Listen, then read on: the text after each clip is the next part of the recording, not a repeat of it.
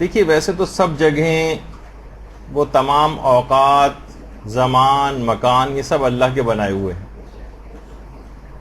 مگر دین کے اعتبار سے بہت ساری جگہیں، بہت سارے زمانے، بہت سارے اوقات خصوصی امتیاز کے حامل ہو جاتے ہیں۔ یوں تو دیکھیے تمام راتیں ہی اللہ کی بنائی ہوئی ہیں، لیکن جو شب قدر ہے اس کا ایک خصوصی امتیاز ہے۔ یوں تو سارے ایام ہی اللہ کے بنائے ہوئے ہیں، سارے دن، لیکن ایام حج جو ہیں یہ خصوصی کے امتیاز رکھتے ہیں۔ عید غدیر کا 18 ذی الحجہ خصوصی امتیاز رکھتا ہے۔ اس کے علاوہ پھر عید مباہلہ یہ خصوصی امتیاز رکھتی ہے، اور ایام عید اور اس طرح مختلف مبارک ایام۔ اچھا، اسی طرح سے پروردگار نے کچھ زمینوں کو بھی خصوصی امتیاز بخشا ہے، زمین کے کچھ علاقوں کو، کچھ شہروں کو۔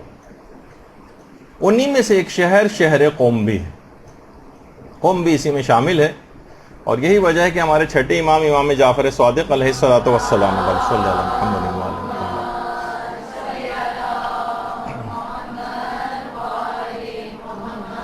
فرماتے ہیں کہ خدا کا ایک حرم ہے جسے مکہ کہا جاتا ہے، یہ خدا کا حرم ہے۔ رسول خدا کا ایک حرم ہے جسے مدینہ کہا جاتا ہے۔ امیر المومنین کا ایک حرم ہے جو کہ کوفہ ہے۔ اسی طرح سے ہمارا بھی ایک حرم ہے جس کو قم کہا جاتا ہے۔ قم یہ سارے ائمہ کا حرم۔ اور چھٹے امام نے یہ جملہ بھی ارشاد فرمایا ہے کہ خدا نے قم کو دوسرے شہروں پر حجت قرار دیا ہے، اور وہاں کے لوگوں کو تمام جن و انسان پر حجت قرار دیا ہے۔ یہی وجہ ہے کہ کتنے ایسے واقعات بھی ملتے ہیں، اور علماء میں بات مشہور بھی ہے، جنوں کو تک کے اوپر یہاں کے لوگوں کی حکمرانی ان معنوں میں بھی کہی جا سکتی ہے، جیسے کہ مرحوم آغا بزرگ شیرازی کے متعلق کہا جاتا ہے کہ جن بھی ان کی تقلید میں تھے، اور باقاعدہ وہ اپنے گھر کے تہہ خانے میں جاتے تھے جہاں جن حاضر ہوتے تھے، اور ان کو وہ احکامات شریعت بھی سکھاتے تھے۔ اسی طرح سے یہ بھی فرمایا تھا ہمارے چھٹے امام نے کہ عنقریب کوفہ مومنین سے خالی ہو جائے گا۔ ایسے حالات کسی زمانے میں ہو سکتا ہے کہ پیدا ہوں کہ کوفہ سے مراد نجف کا علاقہ بھی، خدا نہ خواستہ کبھی ایسے حالات پیدا ہوں، تو امام بہرحال جو روایت میں جملے آئے ہیں کہ عنقریب کوفہ مومنین سے خالی ہو جائے گا، اور علم وہاں اس طرح سے جمع ہو جائے گا، اس طرح سانپ اپنے بل میں خود کو لپیٹ لیتا ہے۔ پھر امام فرماتے ہیں کہ پھر یہ علم ایک ایسے شہر میں ظاہر ہوگا جس کو قوم کہتے ہیں، اور پھر وہ شہر علم و فضل کا مرکز قرار پائے گا۔ تو بہرحال زائر کو دیکھیے، جو بھی وہاں جا رہا ہے، قوم جا رہا ہے، اس کو ایک معرفت ہونی چاہیے کہ کس شہر میں جا رہا ہے، وہ اس کے قدم کس سرزمین کے اوپر ہے، اسے وہاں کے شہر کی معرفت ہوگی تو وہ جا کر اس کی زیارت کا حق ادا کر سکے گا۔ دیکھیے بہت سارے شہر ایسے ہیں، دیکھیے آپ نے ایک جملہ سنا ہوگا جس کے اوپر قرآن کی آیات بھی ہیں، جسے یوم الست کہا جاتا ہے۔ الست بربکم، کیا میں تمہارا رب نہیں ہوں؟ تمام ارواح کو پروردگار عالم نے خلق کرنے کے بعد ان سے اقرار لیے تھے۔ سب سے پہلے روایت میں ہے کہ جس شہر نے ولایت امیر المومنین کو اس دنیا کے جس شہر نے سب سے پہلے قبول کیا ہے وہ شہر قوم ہے۔ ولایت امیر المومنین علی ابن ابی طالب علیہ الصلوۃ والسلام۔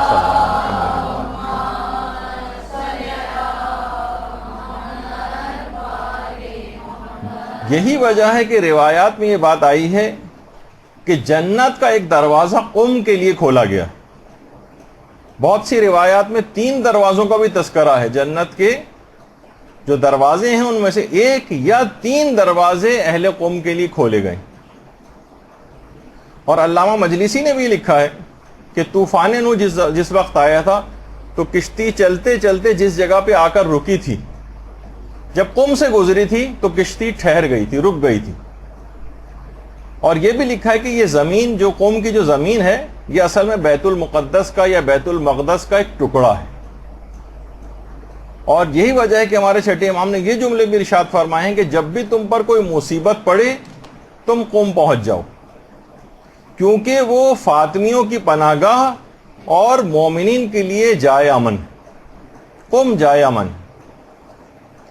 پھر ایک سوال یہ پیدا ہوتا ہے کہ آخر قوم کا نام قوم کیوں پڑا؟ قوم کیوں پڑا اس کا نام؟ تو بہار الانوار میں باقاعدہ علامہ مجلسی نے جو روایت لکھی کہ پیغمبر جب سفر معراج پر آسمانوں میں تشریف لے گئے تھے اور خانہ کعبہ سے مسجد الحرام تک کا جو سفر تھا، اس میں پیغمبر نے دیکھا، زمین کی طرف جب نگاہ کی تو دیکھا کہ زمین کا ایک ٹکڑا ہے جو بہت ہی خوش رنگ ہے، اور وہاں سے خوشبو کی لپٹیں اٹھ رہی ہیں جو کہ مشک سے بھی زیادہ خوشبودار ہے۔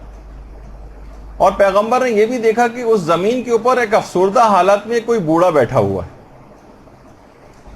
جبریل سے پیغمبر نے پوچھا ہے جبریل، اچھا دماغ میں یہ بات رہے کہ پیغمبر جب کسی سے کوئی اس طرح کی چیز پوچھتے ہیں تو اس کا مقصد ایک لوگوں کی تعلیم کرنا ہوتا ہے، یا پیغمبر کہ اپنے علم کے مطابق جب وہ کسی چیز کی طرف متوجہ ہوتے ہیں تو علم حاصل ہو جاتا ہے، اور پیغمبر ہر وقت اپنے علم کا استعمال بھی نہیں کرتے تھے، جو کہ ایک الگ عقائد کی ایک بحث آتی۔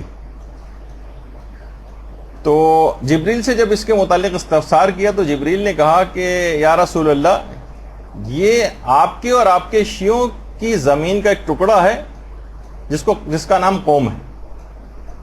پیغمبر نے پوچھا یہ بوڑھا یہاں پر کون بیٹھا ہوا ہے جو افسردہ حالت میں؟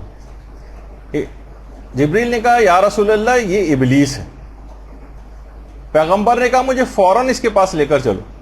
چشم زدن میں جبریل نے پیغمبر کو ابلیس تک پہنچا دیا، تو پیغمبر اس کے پاس گئے اور کہا قم قم یا ملاؤن، اے ملاؤن یہاں سے اٹھ جا اور جا کر دشمنان شیعہ کے اموال و خواتین میں شریک ہو، کیونکہ میرے اور علی کے محبین پر تیرا کوئی تسلط نہیں۔ تو پیغمبر نے یہ جو جملے کہے قم یا ملاؤن، اس وجہ سے اس کا نام قوم پڑ گیا۔ ابلیس کو کہا کہ اٹھ جا یہاں سے۔ تو اس حوالے سے بھی یہ چھٹے امام کی بہار کی 60ویں جلد کے اندر ایک اور روایت ہے کہ اس کا نام قوم کیوں پڑا، کہ اس میں امام نے فرمایا کیونکہ اس کے لوگ جس وقت قائم آل محمد کا ظہور ہوگا، اللہم صلی علی محمد و آل محمد،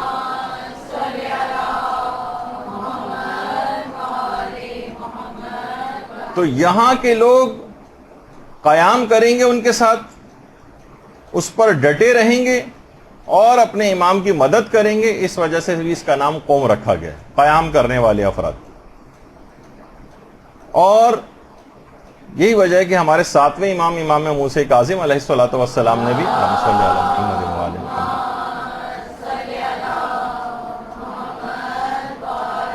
یہ فرمایا ہے کہ قوم آل محمد کا آشیانہ اور ہمارے شیعوں کی پناہ گاہ ہے۔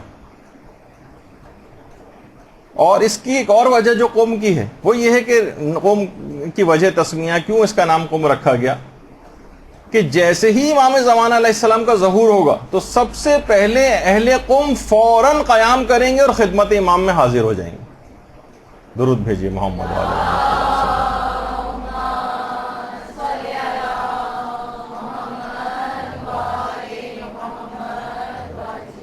اس وجہ سے اس کا نام قوم رکھا گیا کہ سب سے پہلے قیام کر کے امام کی خدمت میں حاضر ہو جانے کی وجہ سے۔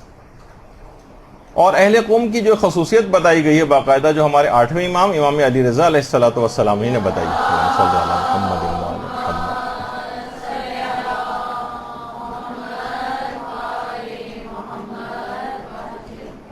کہ جنت کے 8 دروازے ہیں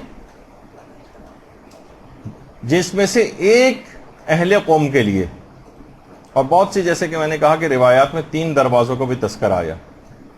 پھر امام نے فرمایا فَطُوبَى لَهُمْ ثُمَّ طُوبَى لَهُمْ ثُمَّ طُوبَى لَهُمْ، پس خوشخبری ہو اہل قوم کے لیے، خوشخبری ہو اہل قوم کے لیے، خوشخبری ہو اہل قوم کے لیے، یعنی 3 دفعہ ان کے لیے امام نے خوشخبری کا لفظ اہل قوم کے لیے جو ہے وہ استعمال کیا۔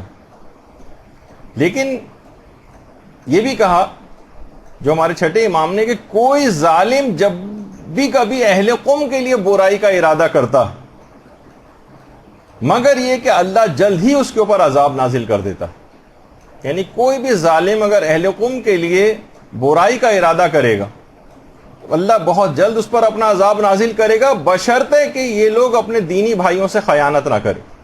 یعنی اہل قوم پر یہ خصوصیت اس وقت تک رہے گی جب تک کہ وہاں رہنے والے افراد ایک دوسرے سے خیانت نہ کریں. جیسے کہ ہر چیز میں کچھ حدود و قیود اور شرائط ہوتی ہیں، اس لحاظ سے ایک شرط خصوصیت کے ساتھ یہ بھی بتائی گئی. اور یہ بھی کہا گیا کہ اہل قم وہ افراد ہوں گے جن کا حساب و کتاب ان کی قبروں ہی میں ہو جائے گا اور وہاں سے وہ سیدھے جنت میں پرواز کر جائیں گے. اہل قم. اچھا یہ بات یاد رہے کہ اہل قم میں ہر فاسق و فاجر یا خدا نہ خاصہ کوئی ایسا شخص وہاں جا کر رہنے لگے یا کوئی ظالم، اس سے وہ مراد نہیں. جو ان خصوصیات کے حامل ہوں لیکن اس جگہ کے اوپر بھی رہتے ہوں، ان کے اندر یہ خصوصیات اور یہ فضائل ان کے اندر آ جاتے ہیں.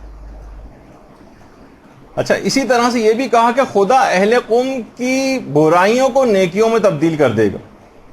اور ان کے لیے بہت جملے استعمال ہوئے ہیں روایات کے اندر کہ ہم اہل رکوع و سجود و قیام و قعود ہم الفقہاء الفہما. یہ بہت ساری الگ الگ طریقوں سے روایات جو ہیں وہ آئی ہیں. ہم اہل الدرایت والروایا یا والولایا بہت سی جگہوں کے اوپر آیا ہے کہ قوم کے جو لوگ ہیں وہ اہل رکوع ہیں، اہل سجود ہیں، اہل قیام ہیں، اہل قعود ہیں اور دین کی انتہائی سمجھ رکھنے والے فقیہ ہیں.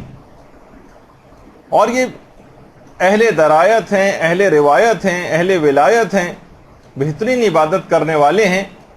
آپ دیکھیں کتنے فضائل قوم کے بیان ہو رہے ہیں. اور آپ لوگ حیران ہوں گے کہ آج کل بہت سارے ایسے افراد، کم علم قسم کے افراد، وہ باقاعدہ ان قوم کے مجتہدین کا مذاق اڑایا جاتا ہے، ان کو سر جو ہے برملا اور لوگوں کے سامنے یا کچھ دینی پروگراموں میں ان کو گالیاں دی جاتی ہیں، کیا کچھ کیا جاتا ہے. اور دیکھیں کتنی روایات وہاں کے اہل علم افراد کے لیے اور اہل قوم کے لیے جب کہ آئیں. تو اور یہ خصوصیات اہل قوم میں بہت شروع سے ہیں. کہا جاتا ہے کہ اہل قوم وہ افراد ہیں جنہوں نے سب سے پہلے شہروں کے اعتبار سے سب سے پہلے اپنے اموال جو تھے ان کے پاس ان میں سے خمس نکال کر اہل بیت تک پہنچایا. سب سے پہلے اہل قوم والے افراد نے.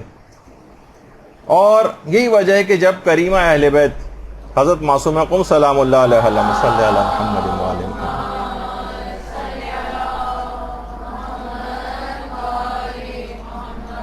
یہاں پر آئی ہیں قوم، تو اہل قوم نے اپنی زمینوں کو اور اپنی املاک کو ان کے لیے وقف کر دیا تھا.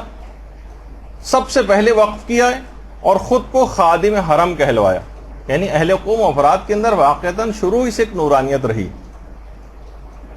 اور بہار میں بھی ہے اور مختلف روایات کتابوں کے اندر بھی ہے کہ روایت میں یہ تک آیا ہے کہ لولا القمیون لضاع الدین. اگر یہ قومی نہ ہوتے، یعنی اہل قوم نہ ہوتے تو دین ضائع ہو جاتا. اچھا اب دیکھیے یہ جو قوم باعث فضیلت شہر بنا ہے، یہ معصومہ قوم سلام اللہ علیہ کی وجہ سے بنا. اللہم صلی علی محمد